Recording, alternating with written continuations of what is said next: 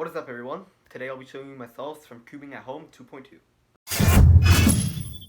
Alright, so the first event was OH, and on the first solve I had a really easy scramble, pretty easy double X cross, but unfortunately I messed up a ZBLL and corner twisted, which caused me to get a 19, so that was not very fun. But yeah, after that I got a 12, 11, and 11, some pretty solid solves, so I was pretty nervous going into the last solve. Ended up getting a 14 with a lot of lockups and stuff, so that was kind of frustrating, as you'll probably be able to see based on my reaction to the last solve.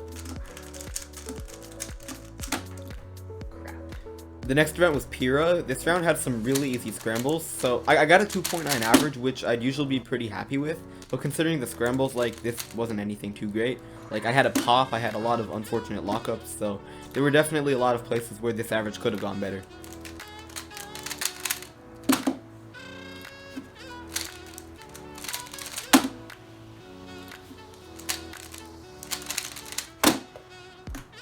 Third event was 3x3, and it went pretty well. I got a 7.6 average and used some pretty cool things in some of my solves. I mean, there were definitely places where the average could have gone better, but overall I'm pretty satisfied with it. Also, another thing that I just want to point out, because I found it pretty interesting, all three events up to this point I got exactly 16th place in, so I think it's a pretty cool and unlikely coincidence, considering how many competitors there were in all three of these events.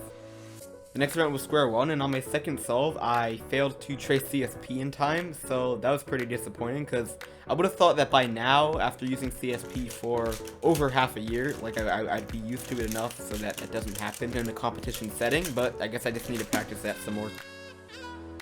After Squan came 2x2, and I was actually featured on Cubing at Home's livestream for this event, hence the different camera angle, but 2x2 sadly ended up being the event I placed the worst in by quite a bit, because I accidentally turned the cube in inspection during my fourth solve, and this caused me to have a counting 3.5, which really messed up my average. I did end up getting a sub 1 single though, which was pretty cool because it was a 13 move solve.